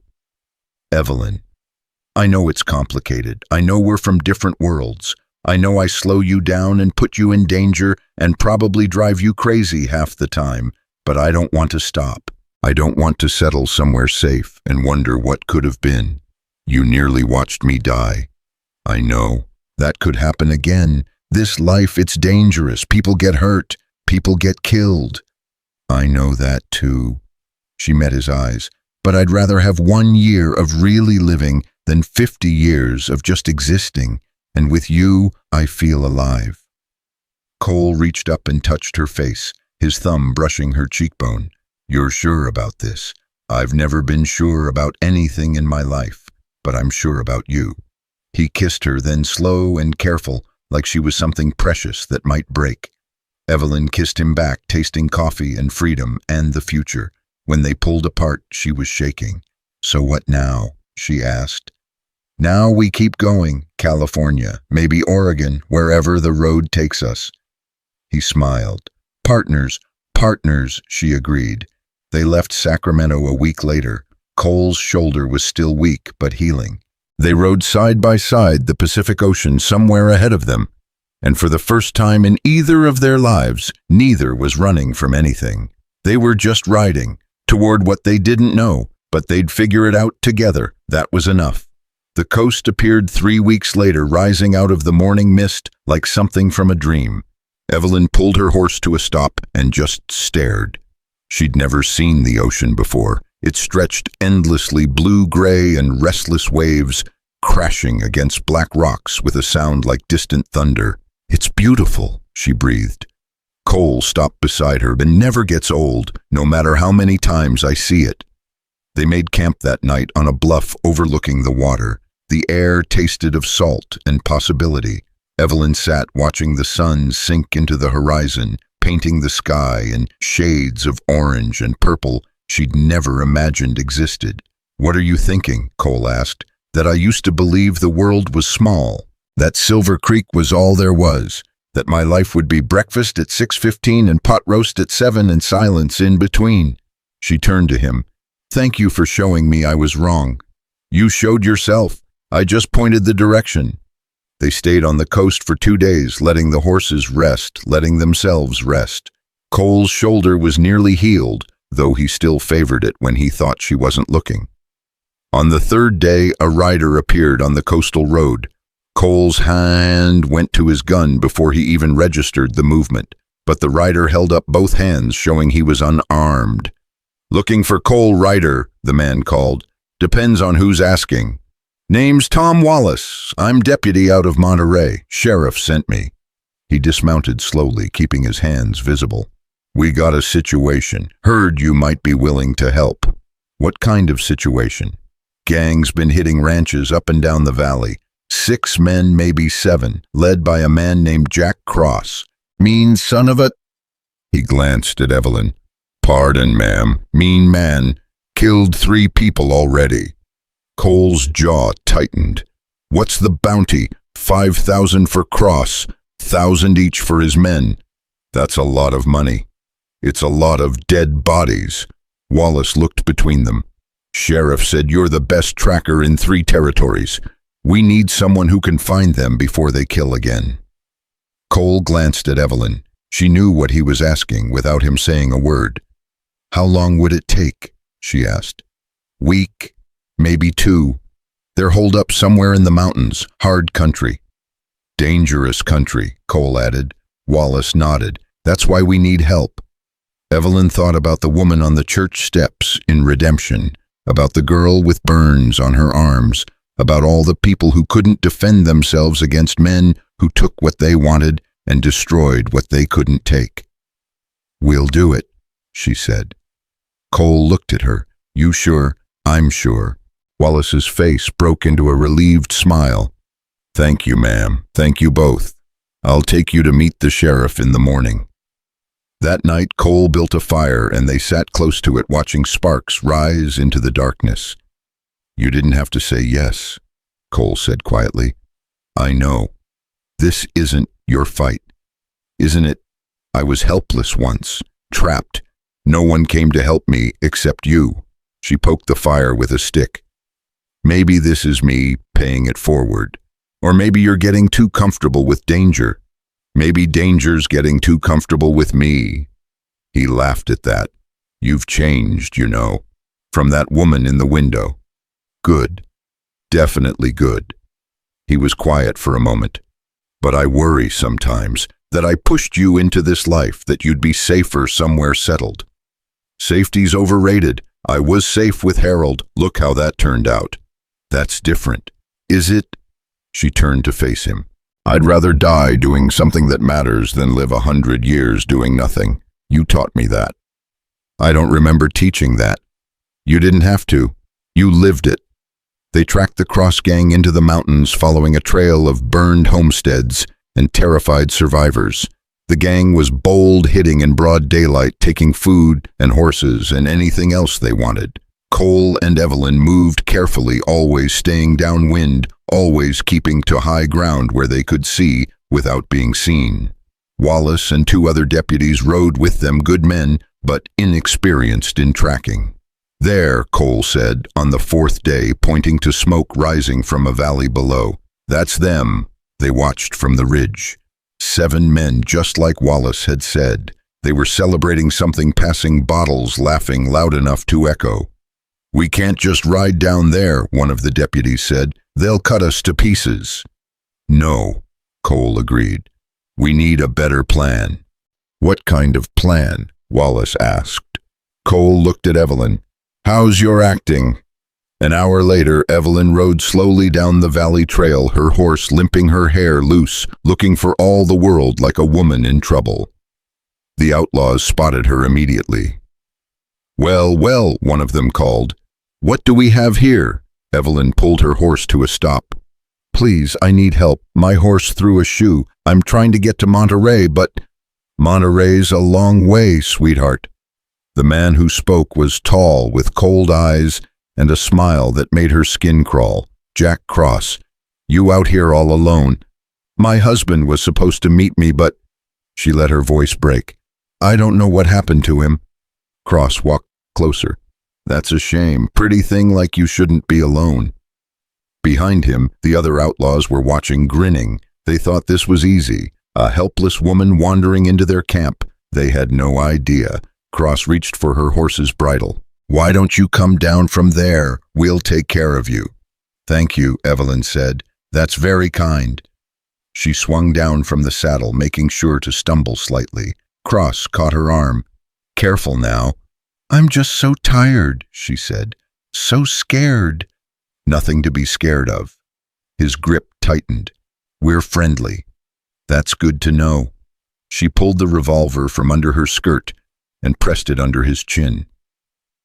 Because I'm not. Cross froze. The camp went silent. Now, Evelyn said, her voice steady despite her hammering heart, you're going to tell your men to drop their weapons. Nice and slow. You're crazy, Cross said. I've heard that before. She cocked the hammer. Weapons down. Now. For a moment, nobody moved. Then Cole stood up from behind the rocks, rifle aimed. You heard the lady. Wallace and the deputies emerged from the trees, guns drawn. The outlaws looked at each other, calculating odds. 7 of them, 5 against. Don't, Cole said. You're outgunned and surrounded. This can end easy or hard, your choice. Jack Cross laughed, but there was no humor in it. You're bluffing. Try me, Evelyn said.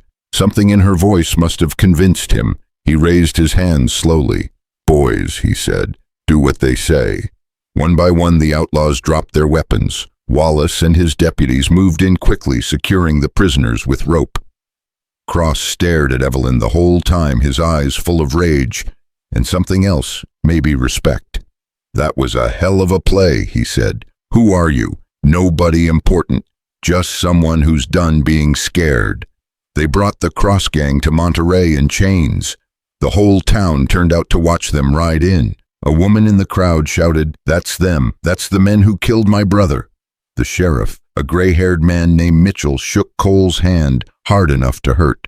"Finest work I've seen in 20 years, he said. "And you, ma'am?" He turned to Evelyn. "I heard what you did. Walking into that camp alone, that took guts." "I wasn't alone. I had backup." Still, he handed Cole a bank draft. $10,000, as promised. Cole looked at the number and whistled low. That's a lot of money. That's a lot of dead bodies you prevented." Mitchell tipped his hat. "You ever want work, either of you, I can always use good people." "I'll keep that in mind," Cole said. That night in the hotel, Evelyn counted out $5,000 and pushed it across the table to Cole. "Your half," she said. "Evelyn, don't argue. We're partners. Partners split everything equally." He looked at the money, then at her. "You know what this means." "What?" "You're officially the deadliest woman west of Denver." She laughed. "I shot one man, you shot 4. "Yeah, but I didn't walk into their camp and hold a gun to the leader's head." He shook his head in wonder. "That was either brilliant or insane. Little of both." "That's what I figured." They stayed in Monterey for a week. The sheriff's offer was tempting regular work. Decent pay, a chance to settle down. But every time Evelyn thought about it, she felt something tighten in her chest. She wasn't ready to stop moving yet. On their last night, they walked along the beach. The moon was full, turning the waves silver. "What do you want, Evelyn?" Cole asked. "Really want. Not what you think you should want. What you actually want." She thought about it. "I want to keep doing this, helping people, making a difference. I want to see more of the world. I want to wake up every morning and not know exactly what the day will bring." She paused. "And I want to do it with you. Even though it's dangerous, because it's dangerous, because it matters, because when we ride into a town and people are scared, we can help them. We can be the people who show up when nobody else will." Cole smiled. "You're going to get me killed someday, you know that." "Probably. But you'll die doing something that matters." "Fair enough." They rode north along the coast, taking small jobs, helping where they could.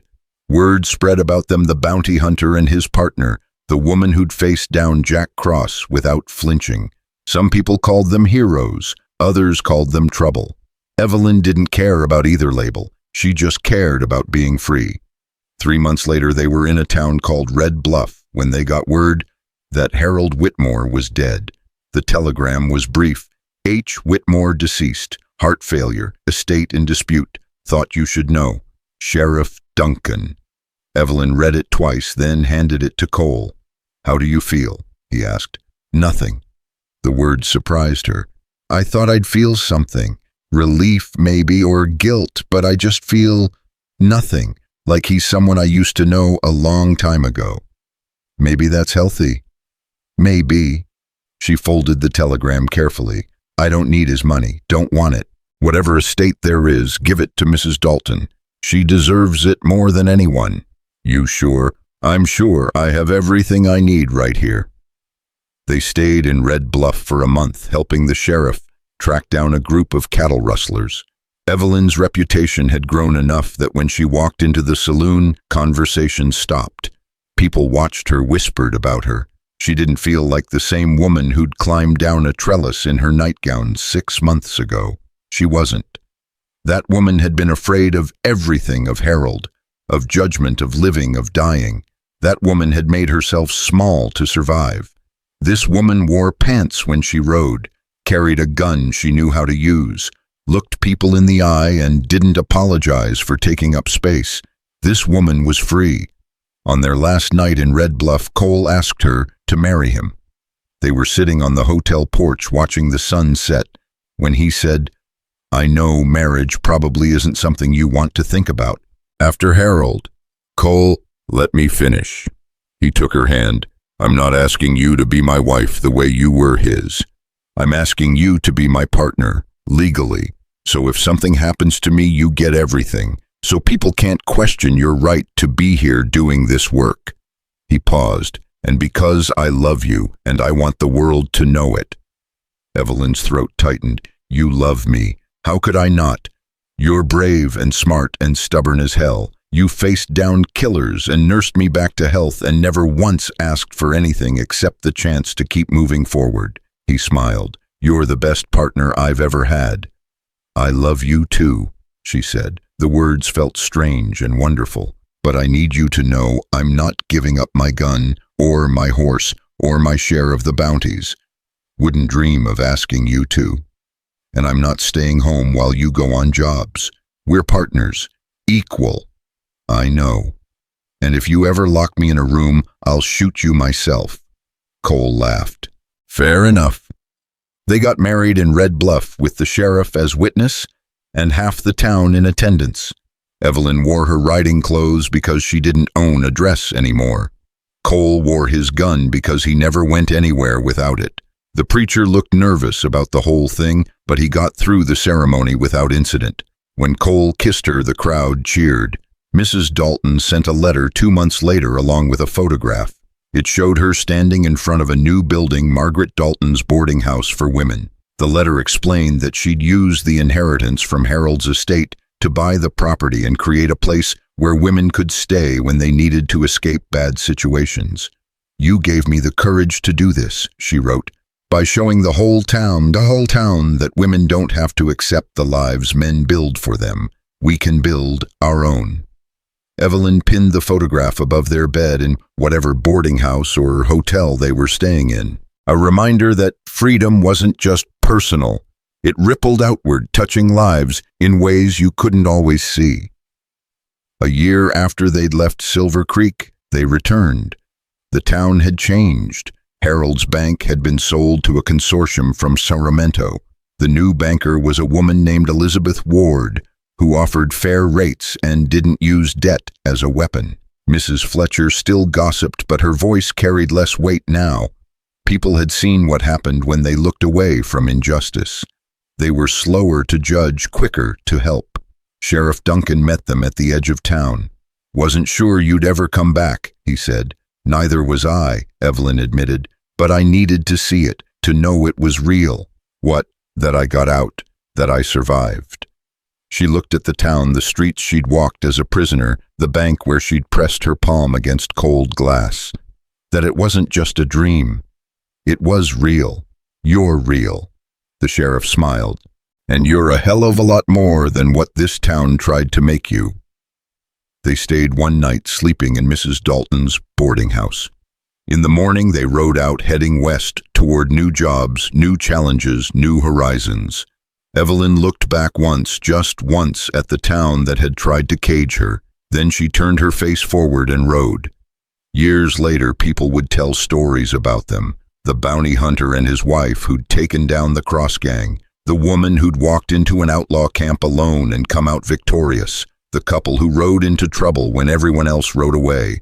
Some of the stories were true, some were exaggerated, some were complete fiction. Evelyn didn't care because the truth was simpler and more profound than any legend.